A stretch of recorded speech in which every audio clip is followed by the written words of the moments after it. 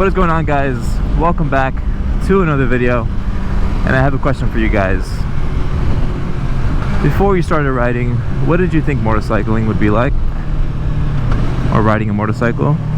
Because for me, honestly, I thought it was going to be like complete freedom, looking cool, and something that I could pick up super easily, you know? But turns out only those first things were true. Because honestly, riding a motorcycle is a lot harder than it looks like, you know? It takes a lot to actually be a good rider. And that's why in this video, we're going to be talking about, after 1 month of finally riding a motorcycle, owning my Yamaha R3, the things that nobody tells you about riding a motorcycle.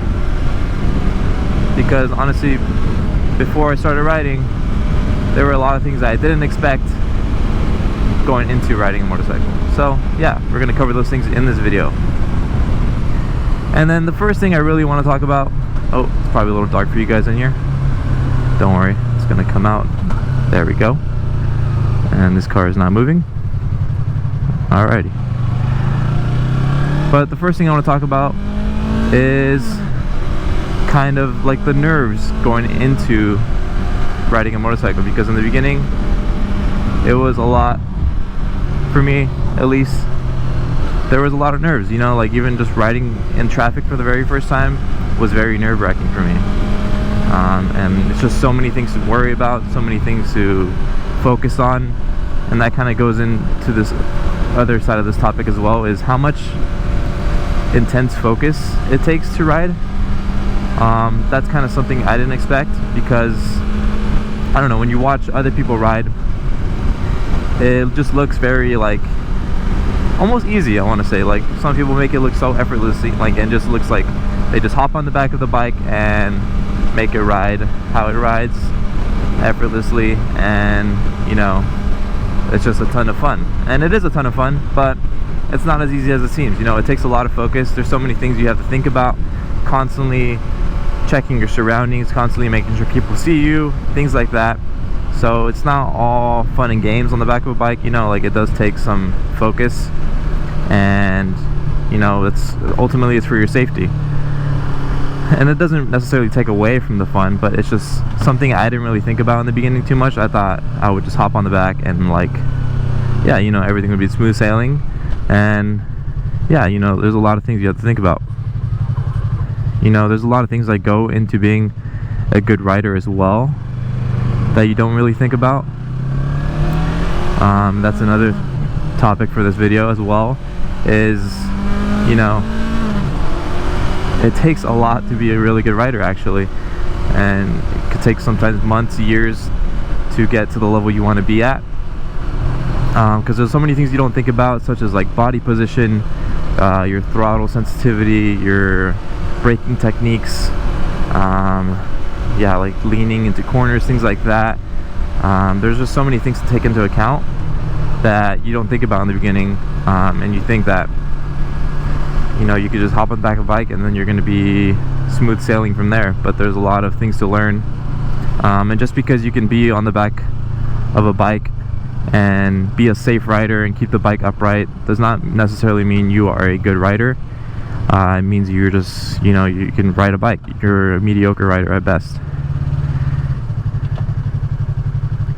And yeah, you know, it takes a lot of practice to be a extremely good rider. And you know, that's why they have like intermediate courses and advanced courses for like the MSF course. And I do kind of want to take those just so I can learn to be a better rider. But yeah, we'll get to that eventually.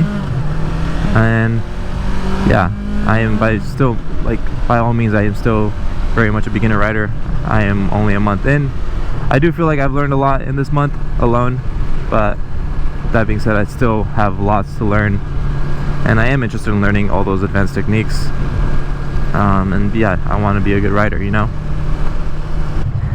Going on to the next topic, the next thing I didn't really expect when starting to ride my motorcycle, I guess my expectation was that, you know, the hard part would be that, you know, when you're going 80 miles on the freeway, that would be the hardest part about it.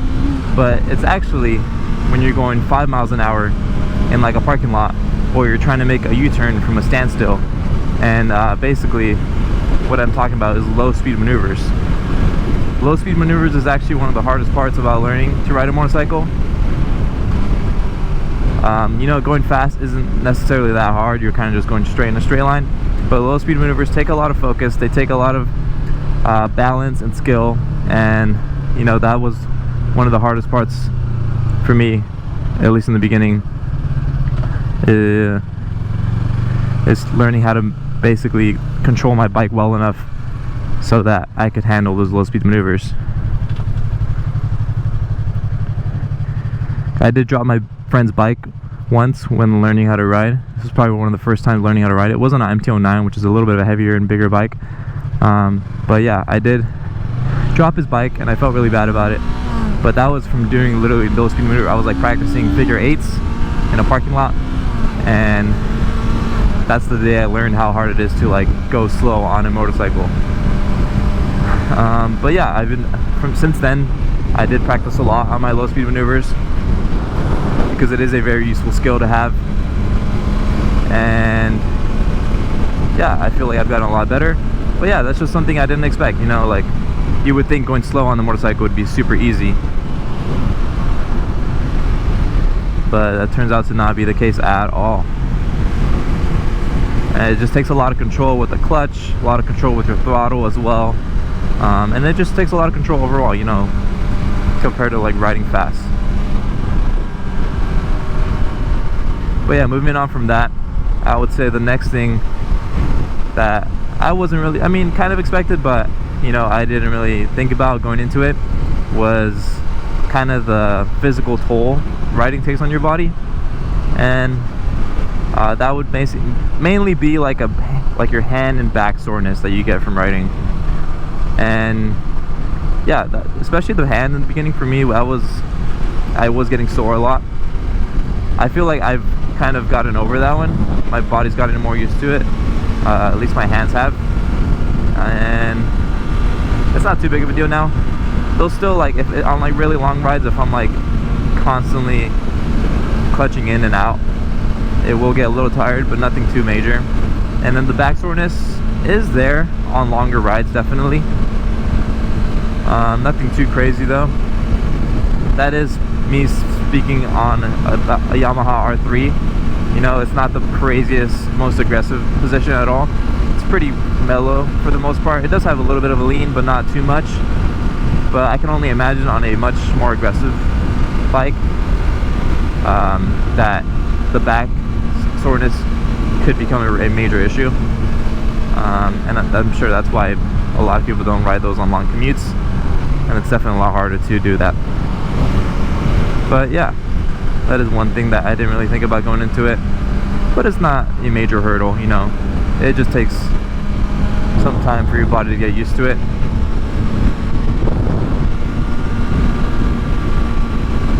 And then while we're going 60 miles an hour here, brings me on to the next topic, is something I didn't think about at all, and I didn't even know was a thing, was the wind fatigue that you get from riding, or like the wind noise in general. Because that was honestly one of the most prevalent things I noticed when I first started riding, is how loud the wind can get in your ears. And it can get quite annoying sometimes, I'm not gonna lie. And I just didn't know that was really a thing. It never really crossed my mind. But it is a problem, honestly. A lot of people wear earplugs to block out the wind. Me personally, I kind of just rock my Cardo Connect and listen to music. I try to just blast music so that it kind of overpowers the wind.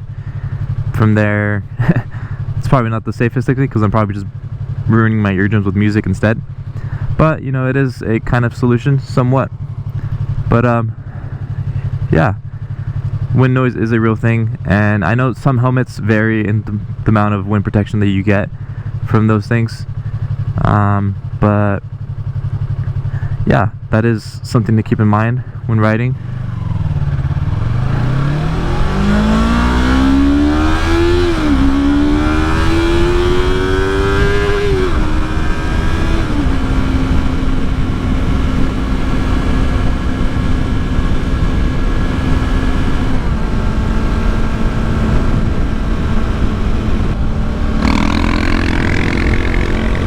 That's a cool bike.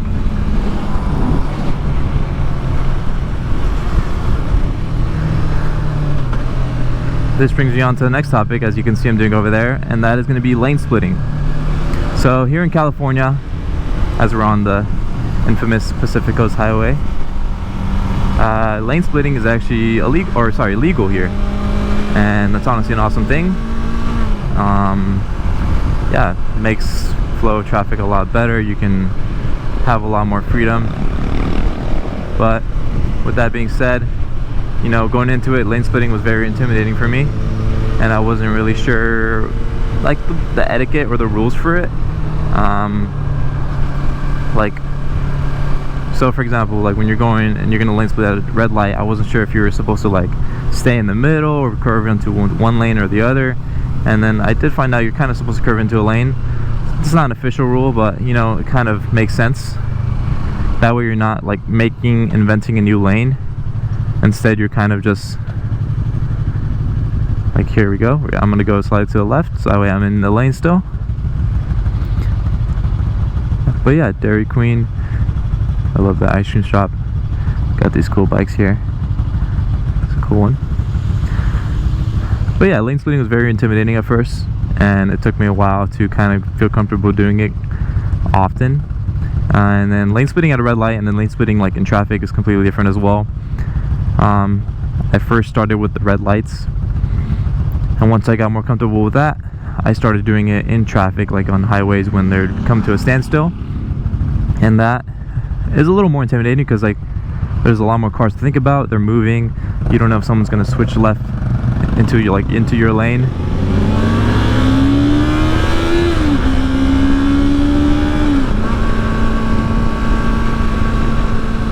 It is something to think about. But I did get a lot more comfortable with it, and then, like, it's kind of weird because like when you're doing it in like a highway, you're kind of riding on the center dividers, and it kind of is a little slippery, so it's a little harder, definitely. And like even doing this, it's kind of tight here.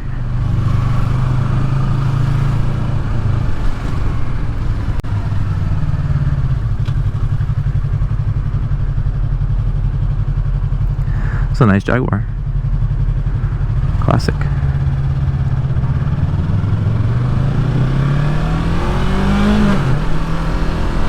I have had some pretty close calls hitting a car at a red light from lane splitting, like even if it's just like a mirror tap, but I am worried about that because I don't know, I feel like it could happen. But yeah, lane splitting is something, definitely a learning skill, and not everybody has to learn it because obviously it's not legal in most states, but I'm sure you guys still do it, right? Don't lie.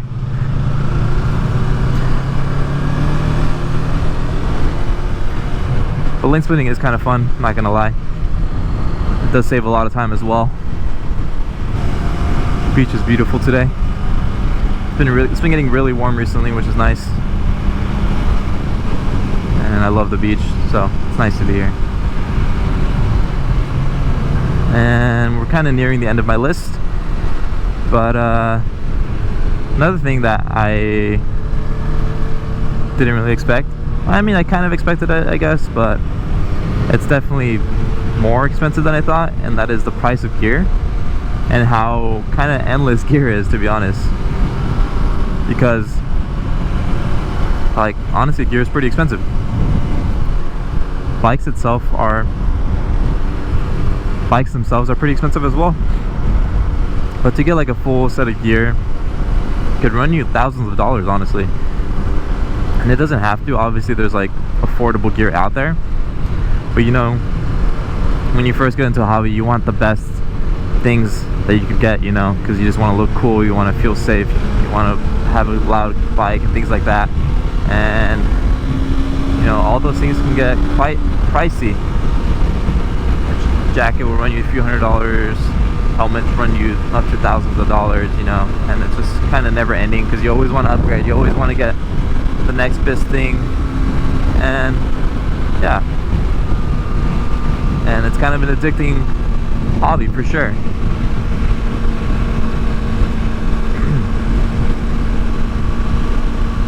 Like right now I'm in a position where I only really have my gloves, my jacket, and my helmet, and then I do want to get some pants soon, some padded pants and some boots, which I don't have yet. But besides that, like, you still got to think about all the mods I want to do to the bike. I want to get a better helmet down the line. You know, I made the mistake of getting a dark tinted visor, which is cool during the day, but then at night you can't see anything, so I have to switch to my clear visor. So I kind of want to just get like a what's it called, like a mirror tint visor it's like still blocks out sun during the day, but you can still kind of see at night. It's not super dark. So yeah, kind of wasted money on that. Wow, look at that view. But yeah, you know, there's so many things I want to buy for this bike and for my gear, and I'll definitely get around to that. And then I kind of skipped something over my list, but I want to go back to it. One thing that I didn't expect or nobody told me was the maintenance frequency on a bike. Now, oil changes, things like that, are pretty similar to like a car. However, like the tires, you need to change, or not change, but like you should be checking them a lot more frequently. You only get 2 tires as compared to like 4 on a car. So if one goes out, you're kind of screwed, you know? That could be very dangerous. And the next thing is that the chain isn't something I really knew about, but you need to lube your chain every 500 miles, and that is pretty frequent in my eyes. Like in the month I've had this bike, I've nearly hit almost 1,000 miles, I want to say, which is a good amount, you know. So I'm actually overdue for a lube, a chain lube appointment. Well, not appointment, I mean, I have it myself, I do it myself, but I just haven't gotten around to it just because I need to get a bike stand, because doing it without a bike stand is kind of tedious, but I still need to do it. It's not that crazy. So I'll probably do that sometime next week or so. But yeah, you know, like I just didn't really think about the chain. Not that it's too big of a deal, but did not know that going into this. And brings me on to my last topic for this video, and that is going to be, you know, not everybody goes through this experience, but I kind of took the safer route, and I wanted to take my time and make sure I learned properly. So I went with a smaller, you know, 300cc bike, just to make sure I learn properly and I get the basics down. And not everybody does it. I think most people honestly just go straight to like a 600, and you know, props to you for doing that. I just didn't really want to take the risk, so I went with a smaller bike. And you know, one thing that I've come to figure, I mean, obviously I'm still a beginner rider, don't get me wrong, I still got a lot to learn. However, I can already see myself outgrowing this bike, and outgrowing, yeah, you know, like a smaller bike. You know, this bike probably tops out at like 100 miles an hour, which is like fine for freeway driving. However, you know, if you want to, sometimes in California at least, people drive 80 to 90 miles an hour on the freeway. So in that situation, like, you can't really pass cars on the highway if you really wanted to with a small bike like this. And you know, like, it's just, you know, it does the job, definitely, but you're not going to be like doing anything crazy on this bike at all, right? And so yeah, I feel like nobody told me that I would outgrow this bike. I mean, I did have a few friends that told me that, but I didn't really believe him. You know, I feel like, I'm like, this bike is plenty, like, what more could I need? But as the more time I ride with this bike, the more I'm seeing how I could definitely learn, how I can definitely outgrow this bike, and I can see myself riding a 600cc already, to be honest with you. Doesn't mean I'm gonna get one right now or anytime soon, but I can see how you can outgrow this bike really quickly. So I've already had this bike for a month, and you know, it's not, you know, I love it, don't get me wrong, but, and I'm gonna keep with it for a while because I don't have any intention of upgrading anytime soon, just because, you know, R6s, I do want to get an R6, and those are expensive right now, so I'm gonna hold on to this one for a little bit. I'll probably mod this one a little bit, just get like an exhaust, a few, you know, cosmetic mods, things like that. Those would probably be the next few videos. But yeah, outgrowing a bike is a real thing, and you know, there are plenty of people who told me that, like, honestly, riding a 300cc can almost be more fun sometimes, because like it's just so nimble, so light, and you can just like kind of kill corners with them.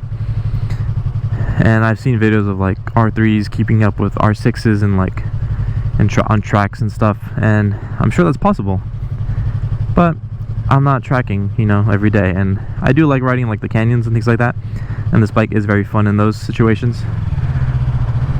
But I also do want a bike that can be slightly faster than traffic.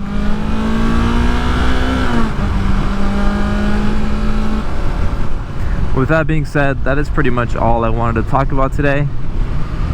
This has been an amazing month. I love this bike so much, and I love riding, and you know, I can imagine myself sticking with this for quite some time, I'm not gonna lie. I'm excited to learn everything about all these motorcycles and just like how to be a better rider. You know, it's all very exciting to me, so I look forward to continuing this journey with you guys. And if you guys like this type of video, I'll definitely make more updates in the future, like 3 months in, 6 months in, a year later, you know. And yeah, I really hope you guys enjoyed. For those of you that ride as well, please let me know down below, like when you got into riding, what did you think it would be like? What were some things you didn't expect at all? And I would love to hear your guys' comments. So yeah, thank you guys for watching. Please leave a like down below, subscribe if you like this type of content, and I will catch you guys in the next video. Peace out.